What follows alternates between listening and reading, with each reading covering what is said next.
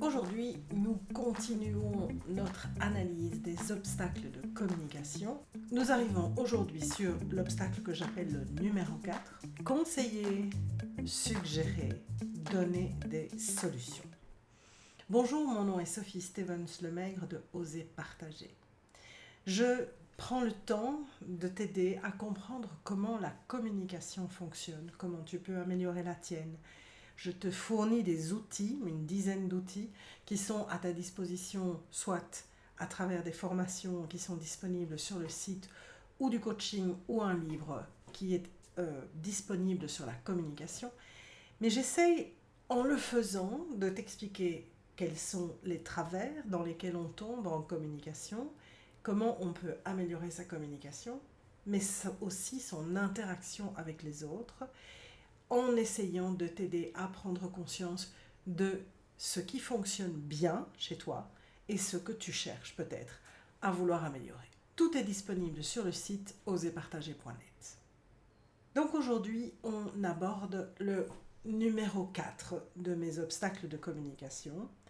Et une fois encore, c'est un obstacle qui est pas du tout dans l'agression, qui n'est pas du tout dans une situation qui pourrait paraître négative, mais qui va peut-être aussi te faire prendre conscience que des attitudes que tu crois être bénéfiques, que tu crois être bienveillantes, sont en définitive totalement dans l'autre perspective que celle que tu penses qu'ils ont, à savoir qu'ils deviennent non pas des facilitateurs de communication, mais des obstacles.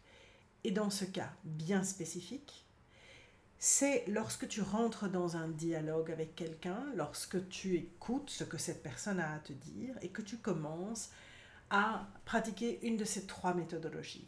Soit lui donner des conseils, soit lui faire des suggestions sur ce qu'il pourrait penser, ce qu'elle devrait peut-être faire, soit éventuellement, encore pire, lui donner des solutions. Alors, ce n'est pas un sujet que j'aborde pour la première fois, bien au contraire.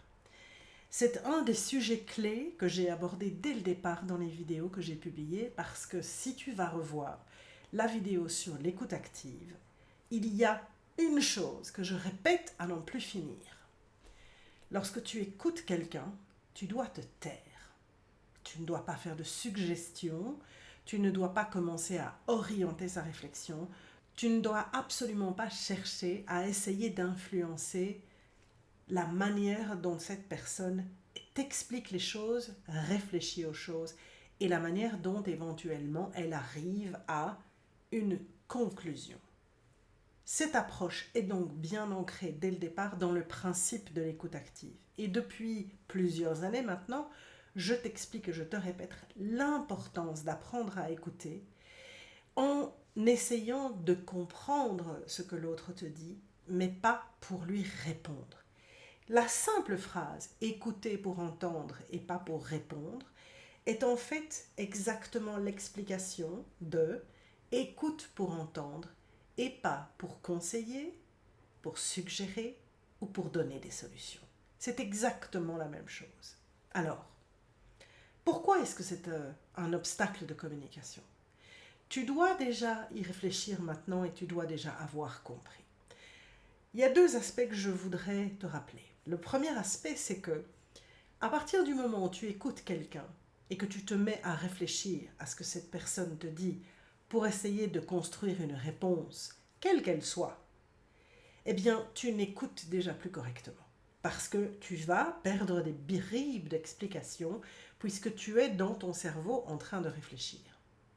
Si tu écoutes vraiment pour entendre, tu ne vas pas chercher ni à essayer de prodiguer un conseil, ni de lui suggérer une solution. Tu vas simplement l'écouter pour laisser à la personne la possibilité de vider son sac.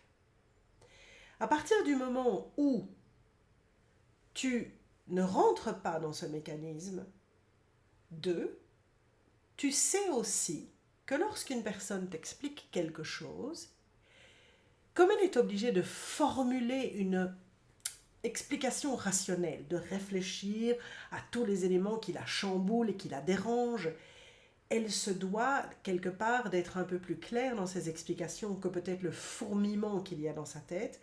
Et ce faisant, En essayant d'expliquer le pourquoi du comment, elle arrivera peut-être tout à fait naturellement à trouver la solution qui lui convienne. Il y a une autre vidéo dans laquelle je te parle d'écouter les gens dans leur réalité, écouter la personne dans sa réalité. Et dans cette vidéo, j'insiste sur un élément qui est quand tu donnes un conseil à quelqu'un, quand tu formules une solution, quand tu apportes un élément dans une conversation, il est basé sur ton expérience de vie, ta compréhension d'une situation, tes appréhensions, tes valeurs et énormément d'éléments qui sont propres à ta propre expérience. L'autre va pouvoir réagir sur le même sujet de façon différente par rapport à sa propre expérience, sa propre vie, ses propres valeurs, ses propres critères. Et donc, en sachant ça, commencer à conseiller quelqu'un, à lui donner des suggestions, éventuellement à lui apporter des solutions, c'est influencer à travers le prisme de ta propre expérience. Et si la personne n'est pas en capacité de l'accueillir, parce qu'elle n'est pas dans un cadre de communication, elle est dans un cadre où elle a besoin d'écoute, ça va devenir un obstacle. C'est aussi simple que ça. Parce qu'au lieu de permettre à la personne de pouvoir laisser son imagination, son explication, sa réflexion se faire par rapport à ce qu'elle ressent, par rapport à ce qu'elle a expérimenté, tu vas influencer cela par rapport à une vision que tu as toi de l'explication qu'elle te donne, par rapport au prisme de ton expérience et de ta manière d'analyser les choses. Et tu vas la faire dévier. Et à partir du moment où une personne se sent instabilisée parce qu'on l'a fait dévier dans une réflexion qui n'est pas la sienne, elle peut complètement se bloquer. Et donc, rappelle-toi que oui, tu pourras toujours faire des suggestions, tu pourras éventuellement proposer des solutions, mais quand l'environnement dans lequel tu le fais est le bon. Alors, je prends le dernier cas, proposer une solution. Tu sais encore où c'est? Je te le rappelle.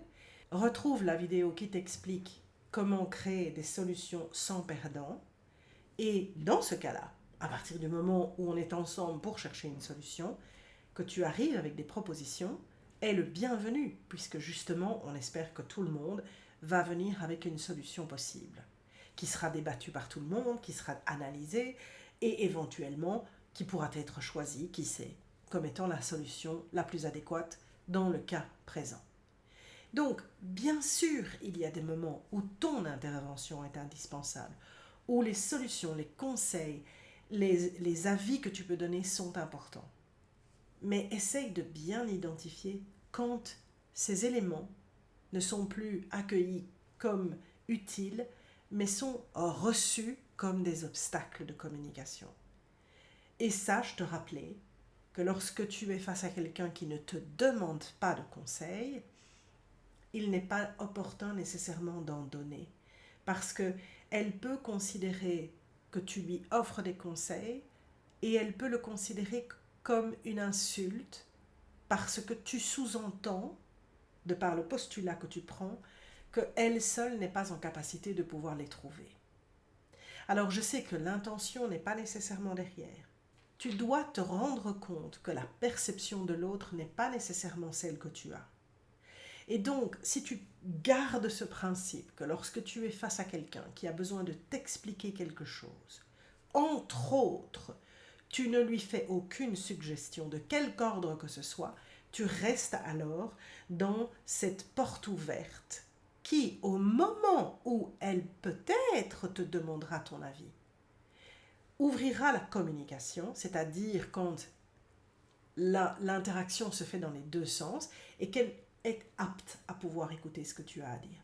Alors, à ce moment-là, si tu as éventuellement une suggestion, un conseil, peut-être même une solution à lui offrir, mais tu t'assureras que la personne est prête à l'entendre, qu'elle est ouverte, qu'elle est capable d'accueillir cette suggestion, pour que ce ne soit pas perçu comme un obstacle ou qu'elle ne le perçoive pas comme la manière que tu aurais de lui dire, mais tu n'es pas compétente pour trouver toi-même la solution qui te convient.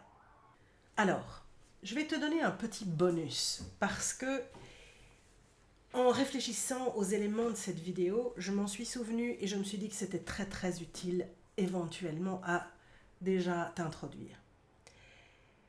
Il y a quelques années, en participant à une formation, j'ai entendu un concept que j'ai trouvé vachement intelligent. Alors, le concept était présenté par rapport à des enfants. Pour pouvoir essayer d'éveiller une dynamique positive entre des parents et des enfants, les parents en question suggéraient que lorsqu'un enfant se tourne vers un parent, avant que ne s'engage une conversation, pour savoir ce que l'enfant attend, tu lui fasses 3 propositions. La première proposition, c'est « tu as juste besoin que je t'écoute et tu ne cherches rien d'autre ». La deuxième proposition, c'est « tu as besoin que je t'écoute parce que tu dois trouver une solution et tu éventuellement seras intéressé de savoir ce que j'en pense ». La troisième proposition, tu es face à un problème, tu ne sais pas comment le solutionner et je dois le faire à ta place.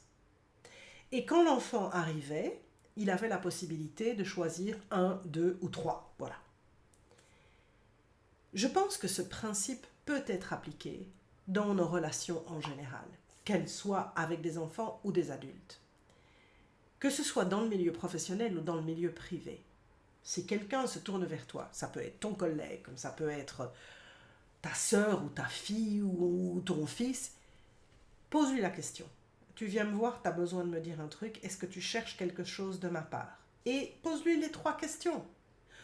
Si vous n'avez pas utilisé ce système précédemment, mets-lui le cadre et laisse-le décider le cadre qu'il choisit. Pourquoi? Parce que si la personne qui est en face de toi te dit « j'aurais peut-être besoin de ton aide », peut-être, juste peut-être, ce mot-là est le plus important dans la phrase. Tu l'écoutes, tu ne fais aucun commentaire, tu le laisses aller au bout de son explication, c'est ça que ça veut dire. Et quand l'explication est terminée, selon les conclusions que tu entends, tu peux à ce moment-là lui demander « as-tu toujours besoin de ma participation? Est-ce que tu veux que je te donne un avis? Est-ce que tu veux que je te donne un conseil? Est-ce que tu désires que je te trouve une solution ?» Et tu verras effectivement à ce moment-là, parce que tu lui ouvres la possibilité, tu ne lui imposes pas, si la personne qui est en face de toi aura envie de t'entendre ou pas. Et donc, ces obstacles de communication ne sont pas toujours des obstacles, mais dans ce cas bien précis, ils peuvent le devenir. Et c'est pour ça que je te rappelle l'importance de bien comprendre l'écoute active, d'oser l'appliquer partout et tout le temps, avec tout le monde, à plus ou moins grande échelle, de façon plus ou moins intense. Il y aura des situations qui vont demander d'être parfait en écoute active et de vraiment appliquer tout. Il y en a d'autres qui seront beaucoup plus cool et tu pourras les appliquer tous les jours dans ta vie courante. Mais sois attentif à la manière dont la personne arrive vers toi. Si elle est plus démunie ou si elle est moins stressée, tout ça aura énormément d'importance. Et la réaction que tu pourras avoir en prenant l'initiative de vouloir solutionner quelque chose quand on ne te le demande pas peut devenir éventuellement un blocage et pas du tout une ouverture de communication. Voilà, j'espère que ça s'ajoute à tes outils et à ta compréhension des blocages de communication pour pouvoir te permettre de savoir encore mieux quand apporter ta pierre à l'édifice en étant bien certaine que ce sera le moment où l'autre est capable de t'entendre. Bonne communication, bon échange et à la prochaine fois. Salut!